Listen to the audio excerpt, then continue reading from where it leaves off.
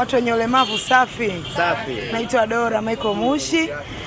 Ni mwenyekiti wa Jumuiya Jumuishi Tanzania ambao tunapambana kwa ajili ya kuhakikisha Mama Samia anashika miaka 5 mingine tena.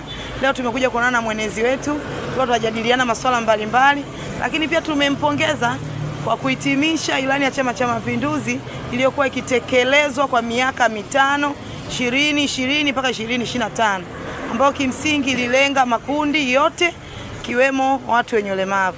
Tukiangalia kwenye ilani ibara ya 96.5 kipengele B, serikali ya Chama cha Mapinduzi imeendelea kufufua vyuo vya ufundi kwa watu wenye ulemavu, hali ambayo Mama Samia amevuka mipaka mpaka kufikia kuanzisha vyuo vingine vipya, na sasa watoto wetu wenye ulemavu, vijana wetu wanapata elimu bure bila malipo. Ni nani kama sio CCM?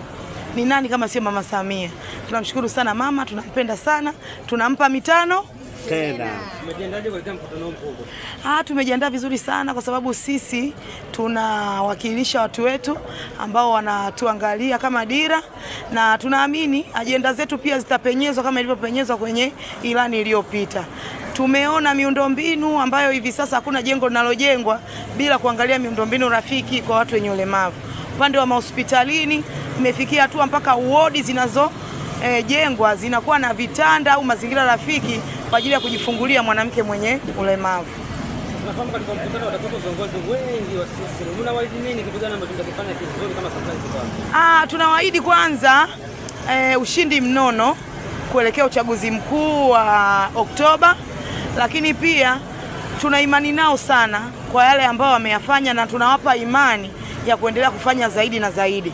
Tutakuwa na shangwe, lakini pia tutakwenda kuwaonyesha kwamba ilani iliyopita yamefanyika yale. Ijayo je? Yajayo yanafurahisha. Kama si makala ni mwenezi, tunaona kazi anazofanya zinaonekana. Kuna neno gani lolote kwake kwa mheshimiwa? Kiukweli kwanza ni mwenezi wa pekee.